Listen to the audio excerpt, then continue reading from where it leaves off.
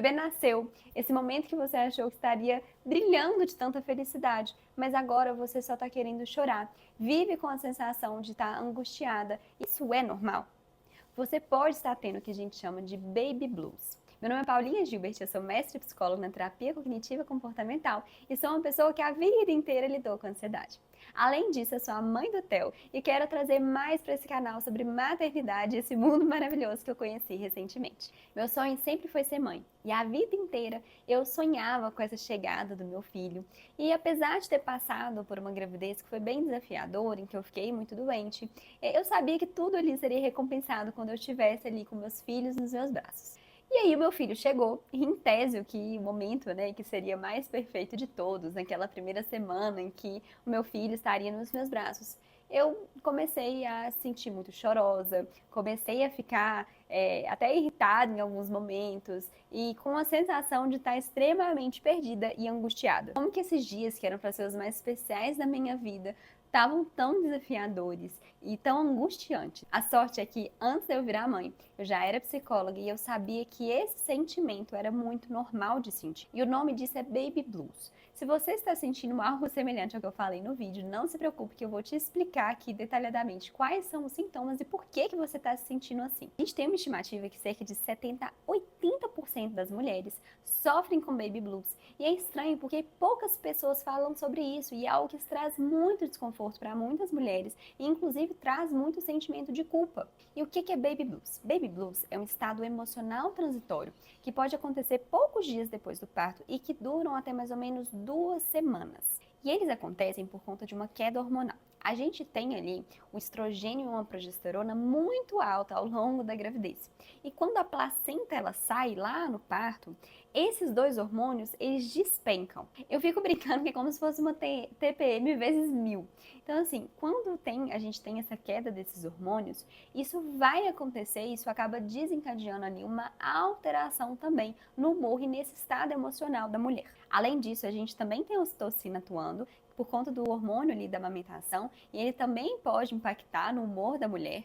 E a gente também pode ter uma alteração na tireoide, que inclusive foi um dos meus casos, que depois do parto a tireoide ela pode se alterar em algumas mulheres e isso também afetar, por exemplo, a energia dessa mulher e essa sensação de cansaço. Além dessa desregulação hormonal, por conta da saída da placenta, por conta dos hormônios da amamentação e da tireoide também, a gente tem ali um estado de privação de sono, porque normalmente esse bebê ele acorda de madrugada, né, pelo menos ali de 3 em 3 horas, muitas vezes é um bebezinho que vai precisar ali do apoio dos pais na madrugada e é uma mudança, né? Só quem viveu sabe, assim, a mudança de vida que é a preocupação que a gente passa a ter com um serzinho novo que depende 100% da gente e além de que nessa fase algumas mulheres lidam ali com as dificuldades da amamentação e de você também aprender esses primeiros cuidados com o recém-nascido. E o que a gente tem de sintoma? O primeiro sintoma é uma sensação de tristeza e o choro. Muitas vezes essa mulher fica até com vergonha de falar, né, ou de demonstrar essa tristeza,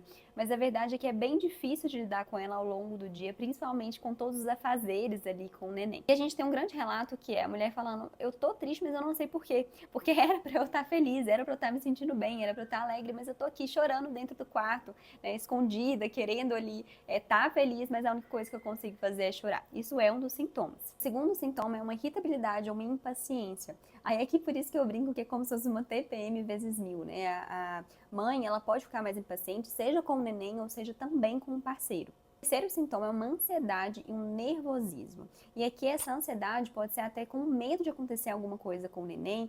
A mãe ela pode começar a imaginar coisas, por exemplo, como o bebê, eu tinha muita essa imaginação, né, de acontecer alguma coisa com o bebê parar de respirar, ou o bebê cair e ficar ali nesse estado até hipervigilante. Algumas mulheres têm até dificuldade para dormir, mesmo quando o bebê já estão dormindo, justamente porque tem ali esse nervosismo dessa fase. O quarto sintoma é um humor flutuante, então hora tá feliz, hora tá triste, hora tá bem, hora tá mal. O quinto sintoma é uma fadiga e uma exaustão.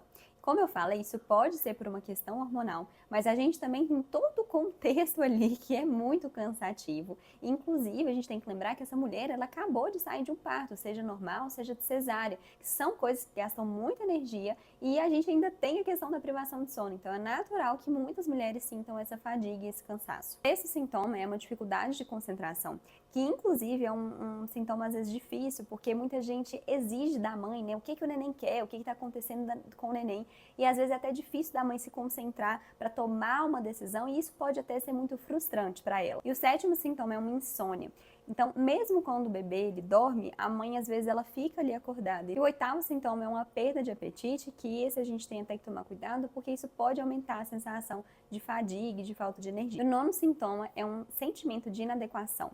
É como se a mãe ela sentisse que ela não está sendo boa mãe, que ela não vai ser uma mãe suficiente ali para aquele bebê e sente que não está dando conta ou que não vai dar conta de todo esse desafio pela frente. O décimo sintoma é um sentimento de isolamento, de retração social. E aqui é a mulher que ela não quer ver ninguém, ela sente que ela está sozinha, que toda a responsabilidade é 100% dela. Isso causa muito sofrimento e às vezes os familiares estão em volta e falam, poxa, mas eu estou mostrando, eu estou querendo ajudar, e ela não vê dessa forma. Mas é porque para a mulher, nesse período, é muito difícil de enxergar que ela tem ajuda, né, ou que a responsabilidade não está 100% nela. E como que foi o meu baby blues? Eu tive nitidamente um baby blues. Eu lembro que eu comecei ali no primeiro dia depois do parto, e durou 5 dias. Para mim foi muito marcante esses 5 dias, porque durante esse período, né, eu só chorava. Eu lembro de várias vezes, eu até emociono de lembrar. Eu lembro de várias vezes eu entrando no quarto e chorando. Eu tive muita fadiga, muito cansaço. Eu acho que também por conta da questão do parto, meu parto foi um parto difícil. Um sentimento de exaustão, um sentimento muito grande de inadequação. Então eu achava que eu não era boa mãe, que eu não ia ser boa mãe, que eu não ia conseguir lidar com aquele desafio, que parecia que tudo dependia de mim, né? Como eu amamentava, então eu senti que essa responsabilidade, né, estava 100% em mim, mesmo eu tendo rede de apoio. Tive muita ansiedade, então eu ficava o tempo inteiro pensando que algo poderia acontecer com o Theo. Tive um pouco de dificuldade de concentração, não foi um sintoma muito marcante, mas eu lembro que eu tive dificuldade em alguns momentos de tomar decisões, de ficar parada assim, e não conseguir mesmo raciocinar. Parece que tudo era meio nebuloso, né? Eu acho que também é um pouco por conta da inexperiência mesmo, e que eu não sabia, né? Muitas coisas eu simplesmente estava aprendendo ali enquanto o Theo estava exigindo ali, e eu estava aprendendo e tentando entender qual que era o melhor para ele. O que eu não tive muito foi perda de apetite, eu lembro que eu comi normal, e eu também não tive muito humor flutuante, né? De hora tá bem, hora tá feliz, hora tá triste. Eu lembro que foi mais constante, assim. E acho que o fato de eu saber também que iria passar e que fazer parte dessa questão da saída da placenta me ajudou demais. E aqui o que a gente tem que ficar atenta é se esses sintomas eles vão perdurar por mais de 2 semanas. Que aí a gente fica atenta ali para uma possível depressão no periparto. Hoje em dia a gente nem usa muita nomenclatura no pós-parto, porque a gente já observou que muitas vezes essa depressão ela começa lá na época da gravidez, que é até uma consideração. Não significa que passaram esses 5 dias pra mim, né, do baby blues e pronto, e agora tudo ficou perfeito, mundo de flores. Mas é muito diferente, assim, eu conseguia lidar com as coisas, eu tava cansada, mas eu conseguia tomar as decisões, o cansaço era bem correspondente ali que eu tinha ao momento de vida, as oscilações de humor minha eram bem menores. Eu tinha ainda momentos de choro e também tinha momentos de me sentir inadequada como mãe, mas era uma intensidade muito menor. E à medida que eu fui criando também habilidades e fui conhecendo mais meu filho, eu fui percebendo que esse sentimento ele foi diminuindo. Ainda acho o puerpério uma fase muito difícil, vou falar sobre isso nos próximos vídeos. O baby blues, ele é algo natural e transitório de acontecer. Como eu falei, 70, 80% das mulheres passam pelo baby blues. Já a depressão, ela é algo que tem que ser investigada e tem que ser tratada. E o que eu sinto que me ajudou no meu baby blues? A primeira coisa foi que antes de eu ter meu filho, eu já tinha conversado com meu marido dessa questão da saída da placenta, de todas essas mudanças e que poderia acontecer de eu ficar diferente, de eu ficar mais chorosa, mais ansiosa. Então, o meu marido, ele conseguiu me lembrar. Então, em alguns momentos que ele me viu chorando, que ele me viu ali, né, muito preocupada e até diferente, muito cansada, ele comentou comigo, é aquele negócio que você falou, que acontece, né? Calma, vai passar, lembra que dura ali até 2 semanas. Então, ele conseguia me lembrar e também ele não ficava ansioso ou preocupado ou ficando hipervigilante ali em relação aos meus sintomas. Hoje eu acho que eu teria conversado mais com a minha mãe sobre esses sintomas para ela entender melhor. Outra coisa que eu tinha notado na época que me ajudou é que nessa fase eu não conseguiria fazer exercício físico, porque tá na dinâmica como bebê, você ainda tá recuperando do parto, então eu não conseguiria ter esse recurso como uma forma ali de regular minhas emoções, mas tem outras maneiras de fazer isso. Então eu tinha colocado duas maneiras, que a primeira é tomar um banho relaxante. Se precisar, eu chorava ali também no banho, que era uma forma de eu conseguir relaxar e ter um momento pra mim também. Uma segunda coisa que eu fiz foi, eu adoro ver série, então eu lembro que eu e meu marido, a gente combinou de ver nem que seja um episódio por dia, nem que seja 20 minutos, tudo bem que muitas vezes eu dormia ali no meio do episódio, mas porque aquilo ali me tirava daquele universo também de bebê, que era uma delícia muitas vezes, mas também poderia ser um sufocante nesse princípio. Então a série, ela me dava ali alguns momentos de lembrança, né, de como que era a nossa dinâmica antes de ter neném. Então ver uma série, conversar com amigas e fazer algo que te dá prazer, às vezes tem gente que gosta de montar quebra-cabeça, alguma atividade que exige ali uma concentração, uma imersão. Então a ideia é você fazer algo que seja relaxante nesse momento para tentar ao máximo regular a sua emoção e lembrar também, né, que as coisas vão passar e que aquilo ali é só uma fase. A terceira coisa que eu fiz e que eu faria também é colocar regra para visita. Eu sabia que era um risco muito grande eu ficar recebendo muita visita nessa fase. Então eu lembro que eu recebi, acho que depois de 2 semanas que o Theo nasceu. Você vai ver do seu gosto pessoal, né? Se você é uma pessoa que acha que vai se dar muito bem com visita, que gosta, né, desse momento, acho que aí vale você já combinar com suas amigas e com sua família de receber, porque isso pode para algumas pessoas fazer muito bem. Mas se você já acha que é um momento que você vai ficar querendo ficar mais isolado, que foi o meu caso, né? Eu queria ficar mais isolada, eu ainda estava aprendendo a amamentar, ainda estava difícil essa dinâmica, eu não receberia visita, pelo menos não nesse início. A quarta coisa que eu já mencionei antes, mas eu vou reforçar, eu acho que eu recorreria mais a mães. Na época eu não estava dentro tanto de grupo de mães.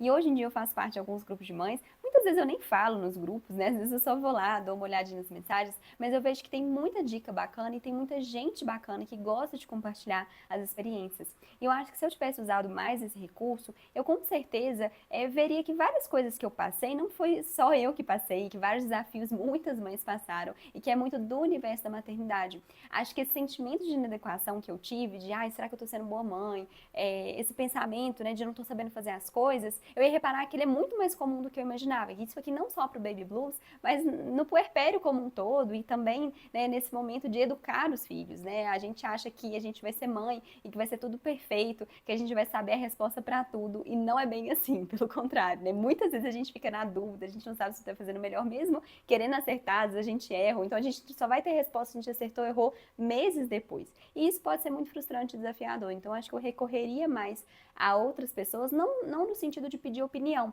mas muito no sentido de eu entender que aquela experiência é normal do mundo da maternidade. Outra coisa que eu teria feito diferente, eu acho que eu teria organizado melhor a parte de alimentação. Na rotina com criança, acaba que a gente não tem muito tempo para comer e para preparar comida. E eu simplesmente não considerei muito isso. Eu tenho uma pessoa que me ajuda em casa, mas ela não vai todos os dias. Então a gente acabou pedindo muita comida de iFood, muita comida que nem era tão boa, nem era tão saudável. Então acho que hoje eu teria me organizado melhor, talvez com marmitas saudáveis, ou então contratado mesmo alguém para me ajudar, ou chamado uma tia, chamado alguém, para garantir que eu tivesse uma alimentação mais saudável, ficasse com menos peso na consciência, ou ser menos uma coisa ali para pensar. A próxima dica, e eu acho que eu errei muito aqui, eu acho que eu teria pedido mais ajuda. Como um dos sentimentos que eu tive é que tudo caía muito nos meus ombros, que eu era 100% responsável por tudo, eu acabei não pedindo muita ajuda. E hoje eu vejo, assim, que eu tinha ali o meu marido à disposição, minha mãe, minha sogra, e eu acabava achando que eu que tinha que fazer tudo, eu tinha que saber de tudo. Eu lembro que eu ficava me cobrando, né, e achando que eu tinha que fazer tudo ali da rotina do meu filho, sendo que hoje eu vejo que eu teria pedido e usado muito mais dessa rede de apoio que eu tinha, e eu não vou falar que não foi porque eu não dei valor, mas foi por conta dessas crenças que eu achava que eu tinha que fazer tudo, que era 100% responsabilidade minha, e não é. Então me conta nos comentários se você sentiu algum desses sintomas que eu citei no vídeo, se você teve baby blues, ou se você achou que ia ter e acabou não tendo, e também o que você acha. Conte, mostre aqui para outras mulheres o que você acha que fez bem no seu puerpério, quais dicas que você daria para outras mulheres para te ajudar nessa fase que é tão desafiadora e também é maravilhosa ao mesmo tempo.